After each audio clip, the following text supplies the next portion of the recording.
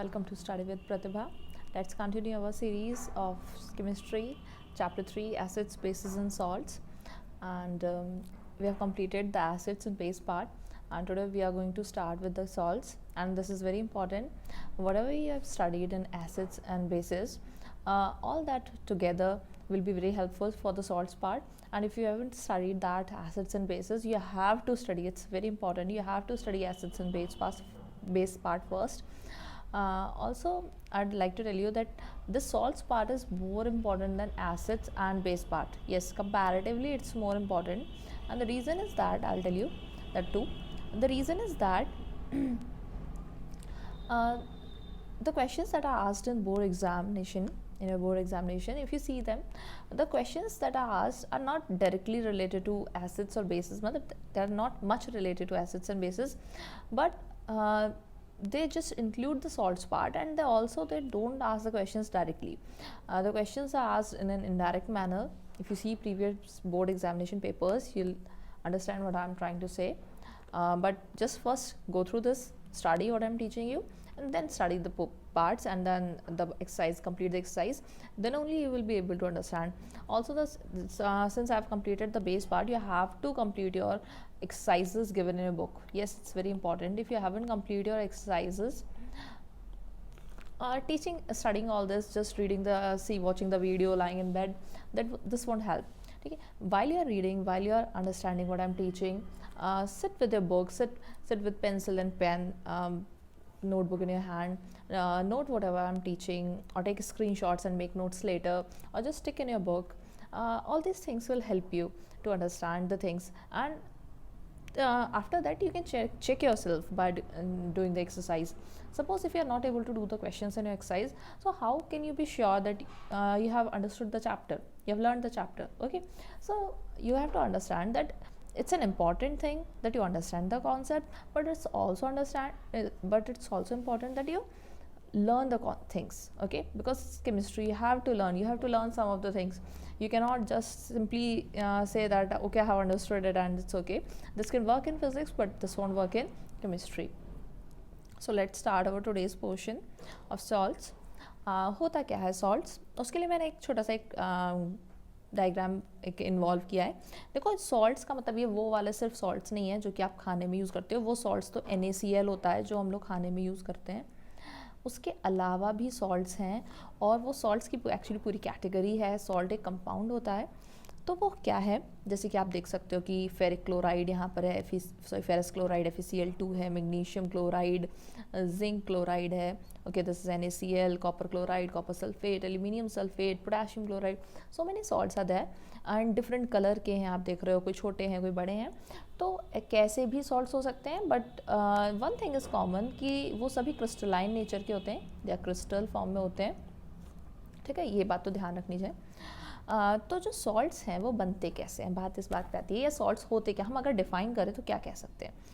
Salts को हम ऐसे डिफ़ाइन कर सकते हैं कि अगर कोई एसिड है, for example I am taking H2SO4, तो सल्फ्यूरिक एसिड में अगर हम कोई बेस मिलाते हैं, तो पता है बेस और एसिड मिलकर सॉल्ट एंड वाटर फॉर्म होते हैं. तो वो जो बेस है, अगर मैंने सपोज NaOH लिया, उस बेस से रिएक्ट करने पे जो कंपाउंड फॉर्म होगा, उसमें एक्चुअली बनता कैसे है कि सल्फ्यूरिक एसिड में से हाइड्रोजन का कंप्लीट या फिर पार्शियल रिप्लेसमेंट होना है, डिस्प्लेसमेंट होना है. ओके, तो अगर सोडियम उसकी जगह आएगा, यानी मेटल इसको डिस्प्लेस करेगा हाइड्रोजन को, तो it may be the case कि पूरा का पूरा हाइड्रोजन, 2 हाइड्रोजन एटम्स उसको डिस्प्लेस कर दे, तो यहाँ पे जो सॉल्ट बनेगा दैट विल बी Na2SO4. ठीक है, and plus water of course. लेकिन ये भी हो सकता है कि कंप्लीट रिप्लेसमेंट ना हो पाए, पार्शियल रिप्लेसमेंट हो पाए, तो एक ही हाइड्रोजन निकले और एक सोडियम उसकी जगह पे आ जाए, एक हाइड्रोजन फिर रह जाएगा. तो उस केस में क्या बनेगा सॉल्ट, NaHSO4, सोडियम बाइसल्फेट. तो ये जो सोडियम बाइसल्फेट बना है, यानी कि आप उसमें देख रहे हो कि एक हाइड्रोजन रह गया है. तो यानी कि ये जो बने हैं कंपाउंड, सोडियम सल्फेट है, सोडियम बाइसल्फेट है, ये क्या है, दिस इज सॉल्ट. तो डेफिनेशन फिर क्या हो गई कि salt is a compound formed by partial और टोटल डिस्प्लेसमेंट. आई होप ये क्लियर हो गया ना. पार्शियल और complete displacement of ionisable hydrogen atoms, उनका डिस्प्लेसमेंट होना है, और किससे डिस्प्लेसमेंट होना है, आइदर बाय मेटेलिक आयन, या तो कोई मेटेलिक आयन से डिस्प्लेसमेंट होगा या फिर अमोनियम आयन से, यस बेस में, क्योंकि हम यहाँ पर NaOH की जगह अगर NH4OH ले लेते तो जो यहाँ पर जो हाइड्रोजन है उसका डिस्प्लेसमेंट किससे होता है, अमोनियम आयन से होता है, ठीक है। तो ये जो है this is salt. I hope ये सभी को समझ में आ गया होगा। तो ये जो है सॉल्ट, इसके अलावा एक और तरीके से भी सॉल्ट को यहाँ पर हम डिफाइन कर सकते हैं, समझ सकते हो, जैसे हम कह सकते हैं कि आयनिक कॉन्सेप्ट जो है सॉल्ट का, आयंस के कॉन्सेप्ट टर्म्स में मैं अगर इसको समझाऊँ, एक्सप्लेन करूँ कि सॉल्ट क्या है, कैसे बनता है, तो कोई भी ऐसा कंपाउंड जिसे अगर हम वाटर में डिज़ोल्व करें तो वो एक हाइड्रोजन आयन H+ के अलावा कोई और पॉजिटिव आयन प्रोड्यूस करे अदर देन दिस, ठीक है। तो उसको अदर देन हाइड्रोजन आयन कोई और पॉजिटिव आयन, और या नेगेटिव आयंस में OH- या O2- के अलावा कोई और नेगेटिव आयन अगर प्रोड्यूस करता है तो उस कंपाउंड को हम कहेंगे कि वो सॉल्ट है। समझ नहीं आ रहा होगा ना क्या बोल रही हूँ।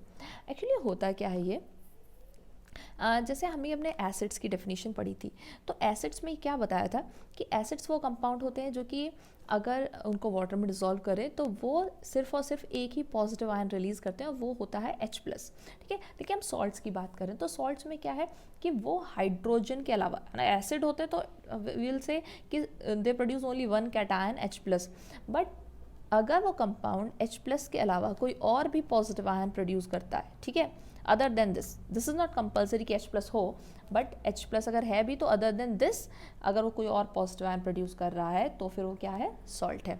सिमिलरली कि अगर वो suppose negative ion hydroxyl ion produce कर रहा है तो कोई बात नहीं, कर रहा है, लेकिन ऐसा नहीं होना चाहिए कि सिर्फ और सिर्फ हाइड्रोक्सिल कर रहा हो, इसके अलावा कोई ना कोई और नेगेटिव आयन प्रोड्यूस करना ज़रूरी है, तो उस कंपाउंड को हम कहेंगे कि वो क्या है, सॉल्ट। आई होप ये समझ आ गया होगा। तो जैसे कि सोडियम बाइसल्फेट मैंने दिखाया, अगर हम इसको वाटर में डिजोल्व करें तो पता है क्या क्या बनेगा, NaHSO4 अगर वाटर में डिजोल्व करें it will form Na+, H+ and SO4 2-। देखो 3 चीज़ें बनेगी, 1 2 एंड 3, तो 3 थिंग्स विल बी फॉर्म। तो आप यहाँ पे देख रहे हो कि हाइड्रोजन H+ के अलावा एक और पॉजिटिव आयन है जो कि Na+, तो क्या ये एसिड है, नहीं, तो क्या ये है, ये this is salt. I hope ये क्लियर हो गया होगा कि सॉल्ट्स क्या होते हैं। अब हम पढ़ने वाले हैं सॉल्ट्स की classification, types of salt. Classification of salts में सबसे पहले हम आते हैं, that is normal salt. Normal salt क्या होता है, अभी जैसे ये चीज़ बताई थी, दैट्स वेरी सिंपल कि एसिड में हाइड्रोजन का पार्शियल या फिर कंप्लीट डिस्प्लेसमेंट हो सकता है। तो अगर कंप्लीटली रिप्लेस हो गए जितने के जितने हाइड्रोजन है, चाहे कोई भी हो, हम यहाँ पर बात करें, चाहे it can be mono basic acid, it can be di basic acid, और it can be tri basic acid, कुछ भी हो सकता है। तो अगर कंप्लीट रिप्लेसमेंट हो गया है, ठीक है, that should be there should be complete replacement of ionizable hydrogen atom, this is very important। तो फिर जो कंपाउंड है जो बनेगा वो कैसा, या जो सॉल्ट होगा वो कैसा होगा, that will B normal salt. Example ले लेते हैं, बेस्ट है, सपोज HCl का रिएक्शन कराया, सॉरी HCl का रिएक्शन कराया ये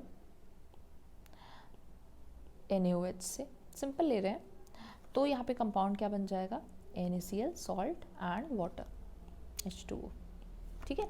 तो ये जो है आप देख रहे हो कि जो HCl है उसमें हाइड्रोजन एक ही था, उसका डिस्प्लेसमेंट हो गया है, तो जो सॉल्ट बना है NaCl, तो फिर वो कैसा सॉल्ट है, it is a normal salt. Similarly अगर यहाँ पर दूसरा ले लेती हूँ, H3PO4 ले लेती हूँ, फॉस्फोरिक एसिड, और इसका रिएक्शन एक किसी बेस से कराते हैं, फॉर एग्जांपल कैल्शियम हाइड्रोक्साइड, ठीक है।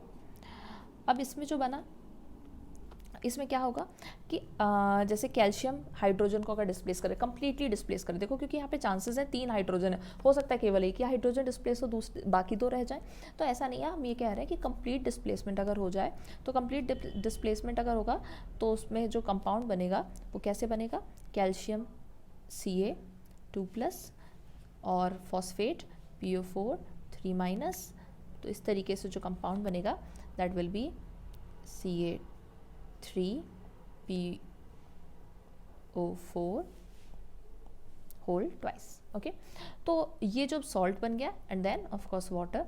तो ये जो सॉल्ट है ये कैसा सॉल्ट है, देखकर ही बताना है, देखकर बता सकते हो ना। हाइड्रोजन दिख रहा है ना हाइड्रोक्सिल दिख रहा है, यानी कि जो भी हाइड्रोजन था उसका कंप्लीट डिस्प्लेसमेंट हो चुका है, उसकी जगह पे कोई मेटल आयन या फिर अमोनियम आयन आ चुका है। तो इसका मतलब ये कैसा है, this is a normal salt. Okay, clear हो गया होगा ये मैं क्या बता रही थी।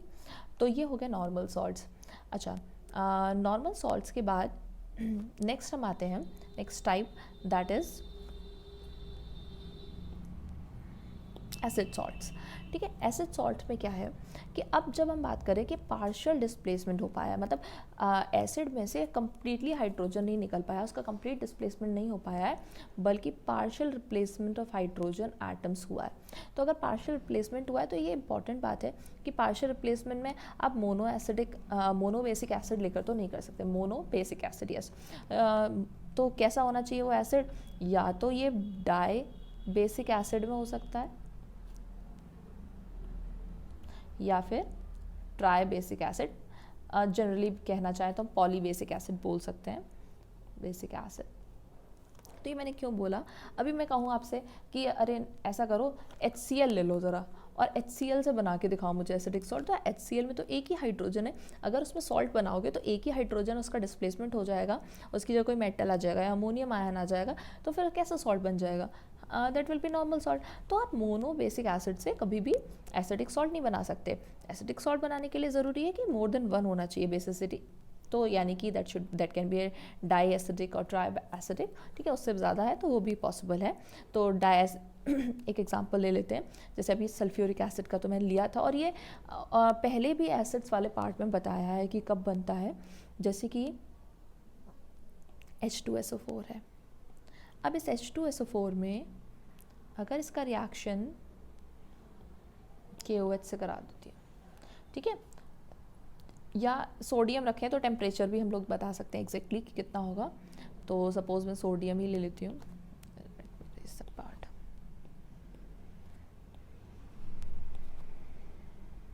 NaOH।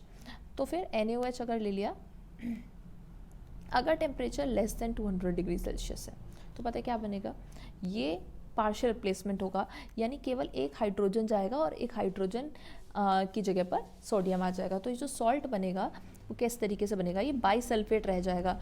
तो सोडियम Na+ और बाईसल्फेट यानी कि HSO4-। तो इस तरीके से ये जो कंपाउंड बनेगा, ये जो सॉल्ट बनेगा, that will B NaHSO4 and water. Okay, तो ये जो है सॉल्ट फॉर्म हो गया। ये कैसा है, क्योंकि इसमें एक हाइड्रोजन रह गया है, तो this is an acidic salt. पहचान है, बस सॉल्ट देखकर ही पहचान जाओगे कि वो एसिड सॉल्ट है या नहीं। अगर उसमें एक रिप्लेसेबल हाइड्रोजन है, 1 2 जितने भी हैं हो सकते हैं, तो फिर वो कैसा सॉल्ट है, एसिडिक सॉल्ट। एक थोड़ा सा और एग्जांपल फॉस्फोरिक एसिड का ले सकते हैं, H3PO4। अब H3PO4 है, सपोज इसका रिएक्शन मैंने कराया KOH से, और इससे रिएक्शन कराने पे जैसे कंप्लीट रिप्लेसमेंट नहीं हो पाया। अच्छा, ये चीज़ भी होती है कि ऐसे आपको लगेगा कि जैसे यहाँ पे तो हमने टेम्परेचर के थ्रू कंट्रोल कर लिया, बाकी अदरवाइज कैसे डिसाइड होता है कि बन पाएगा किस तरीके का salt. It depends on the quantity of the acids and bases that we are taking. Suppose आपने जो बेस लिया है इनसफिशिएंट है, यानी कि एसिड सॉल्ट्स कब बनेंगे, when there is insufficient base. Insufficient अगर आपने बेस लिया है तो फिर कम हो जाएगा, ऑफ कोर्स बेस की कमी हो जाएगी, तो उस केस में क्या होगा का कंप्लीट रिप्लेसमेंट नहीं हो पाएगा हाइड्रोजन का। तो फॉर एग्जांपल हमने इसमें जो पोटेशियम हाइड्रोक्साइड बेस लिया था वो कम लिया था, तो अब क्या होगा इसमें कि फॉर एग्जांपल एक ही हाइड्रोजन डिस्प्लेस हुआ, तो दैट विल फॉर्म KH2, क्योंकि वैलेंसी सेम है ना, पोटेशियम की भी K+ है, हाइड्रोजन की भी H+ होता है वो, तो KH2PO4। ठीक है, और केवल एक ही हाइड्रोजन निकला है H2। ठीक है, इक्वेशंस बैलेंस कर लेना, that's not that important to teach here. ठीक है, आप खुद कर सकते हो, आपने पहले से पढ़ा हो इक्वेशंस कैसे बैलेंस करते हैं। तो ये क्लियर हो गया होगा ना कैसे बनते हैं। ये भी ध्यान रखना कि इनसफिशिएंट बेस जब होता है तो एसिड सॉल्ट्स फॉर्म हो जाते हैं। तो ये एसिड सॉल्ट्स हो गए। ठीक है। अच्छा, एक और चीज़ एसिड सॉल्ट्स के बारे में इम्पॉर्टेंट है कि जो एसिड सॉल्ट्स होते हैं ना, जब इनका सॉल्यूशन बनाओ आप वाटर में, ठीक है, इनको वाटर में सॉल्यूशन बनाओ तो they form acidic solution, they are not acids, ठीक है, कंफ्यूज नहीं होना, एसिड्स नहीं है लेकिन ये एसिडिक सॉल्ट्स फॉर्म करते हैं, सॉरी एसिडिक सॉल्यूशंस फॉर्म करते हैं। और क्यों फॉर्म करते हैं एसिडिक सॉल्यूशंस? क्योंकि इनमें जब इनको आप जैसे वाटर में डिज़ोल्व करोगे, मैंने भी इससे पहले दिखाया था ना, जैसे सोडियम बाइसल्फेट है, तो जब ये वाटर में डिज़ोल्व करोगे तो क्या बनेगा? Sodium Na+, hydrogen H+ and sulphate SO4 2-।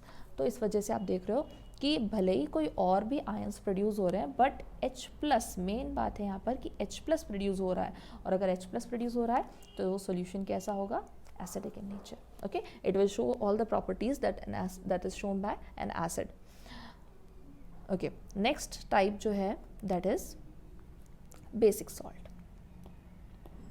अब ये क्लियर हो जाएगा, ये सिंपल है बिल्कुल। अब लेकिन बस बेसिक सॉल्ट में क्या है कि partial replacement of hydroxyl group हुआ है, ठीक है, हाइड्रोक्सिल आयंस का कम पार्शियल रिप्लेसमेंट हुआ है और ये कब होगा? When there is insufficient acid. अगर एसिड इनसफिशिएंट क्वांटिटी में लिया है तो फिर जो बेस है, बेस में हाइड्रोक्सिल आयंस रह जाएंगे, इन पार्शियल रिप्लेसमेंट हो पाएगा बेस का, तो फिर उस केस में क्या होगा कि बेसिक सॉल्ट फॉर्म होंगे। फॉर एग्जांपल जैसे कि HCl reacted with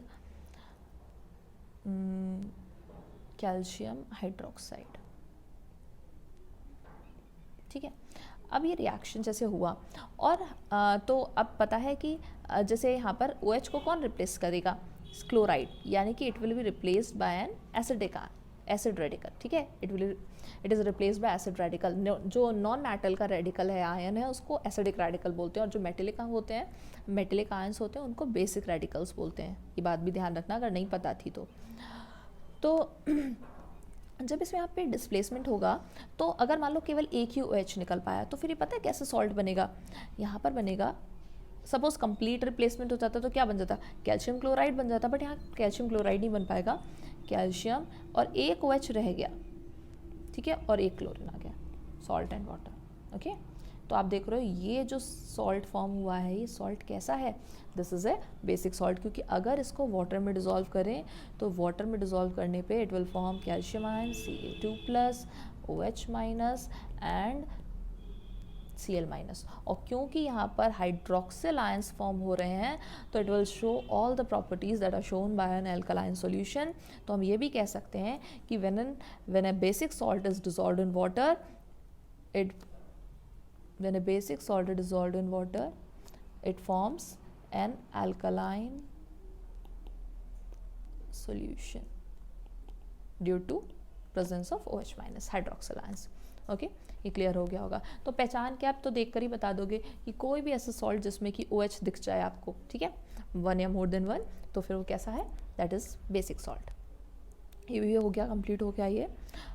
नेक्स्ट जो है हम लोग अब आते हैं, अच्छा हम लोग के सिलेबस में तो acids, normal salt, acidic salt and basic salts ही हैं, बट मैं थोड़ा सा एडिशनली बताना चाहती हूँ कि ये, क्योंकि एक बार पूछा जा चुका है कि 3 और टाइप के सॉल्ट्स हैं। वो 3 और टाइप के सॉल्ट्स कौन कौन से हैं? एक तो है मिक्स सॉल्ट,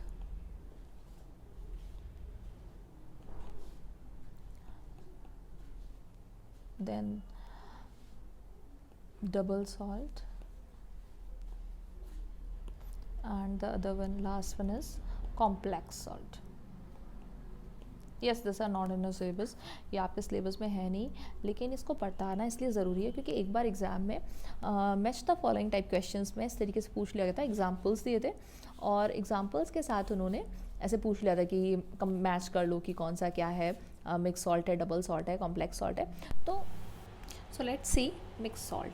मिक्स सॉल्ट वो सॉल्ट्स होते हैं जिसमें एक से ज़्यादा acidic radical, more than 1 acidic radical या more than 1 basic radical present होता है, ठीक है। बेसिक रेडिकल से मतलब है कि कोई मेटेलिक आयन होगा, अगर नॉन मेटल का आयन होगा तो that will B acidic salt. तो एक से ज़्यादा कैसे? फॉर एग्जाम्पल, इसका बेस्ट एग्जाम्पल है ब्लीचिंग पाउडर, Cl2, ठीक है। इसमें देखो तो एक से ज़्यादा यानी ऑक्साइड एंड क्लोराइड है, एक से ज़्यादा एसिडिक रेडिकल है, तो फिर ये क्या हो गया, this is a mix salt. सिर्फ एक ऐसे आइडेंटिफाई कर लेना। या फिर जैसे कि यहाँ पर सोडियम पोटाशियम कार्बोनेट NaKCO3, ठीक है, this is sodium potassium carbonate. तो इसमें एक से ज़्यादा more than one basic radical है, सोडियम भी है, अगर इसको हम देखें तो इसमें सोडियम Na+B है एंड देन K+B है, तो ये क्या हो गया, मिक्स सॉल्ट है। ये तो मिक्स सॉल्ट होते हैं। Then double salt, double salts क्या होते हैं, डबल सॉल्ट्स वो होते हैं जिसमें कि 2 सिंपल सॉल्ट्स मिक्स हो जाते हैं। It is formed by 2 simple salts. तो 2 सिंपल सॉल्ट्स किस तरीके से, जैसे कि बेस्ट एग्जांपल इसका भी देखते हैं। इसका सबसे अच्छा एग्जांपल है पोटाश एलम। पोटाश एलम, या जिसको हम नॉर्मल अपनी हिंदी वाली लैंग्वेज में जैसे फिटकरी बोलते हैं ना, फिटकरी लगाई जाती है, तो यस ये फिटकरी, इसको पोटाश एलम कहते हैं। तो पोटाश एलम इसका फॉर्मूला है K2SO4 डॉट मतलब पोटाशियम सल्फेट और एल्यूमिनियम सल्फेट। इस एल्यूमिनियम सल्फेट की वजह से ही हम लोग इसको एलम बोलते हैं। एंड 24 वाटर ऑफ क्रिस्टलाइजेशन है इसमें। तो ये जो है आप देख रहे हो, एक ये सॉल्ट है, एक ये सॉल्ट है, 2 सिंपल सॉल्ट्स मिले हैं, तो ये क्या है, this is a double salt, ठीक है। तो इस तरीके से पहचान जाओगे कोई भी अगर दिया जाए। एक और है डोलोमाइट जिसे बोलते हैं, this is potash alum, dolomite. और है एक जिसमें है जो कि कैल्शियम कार्बोनेट CaCO3 और मैग्नीशियम कार्बोनेट, इन दोनों से मिलके बनता है।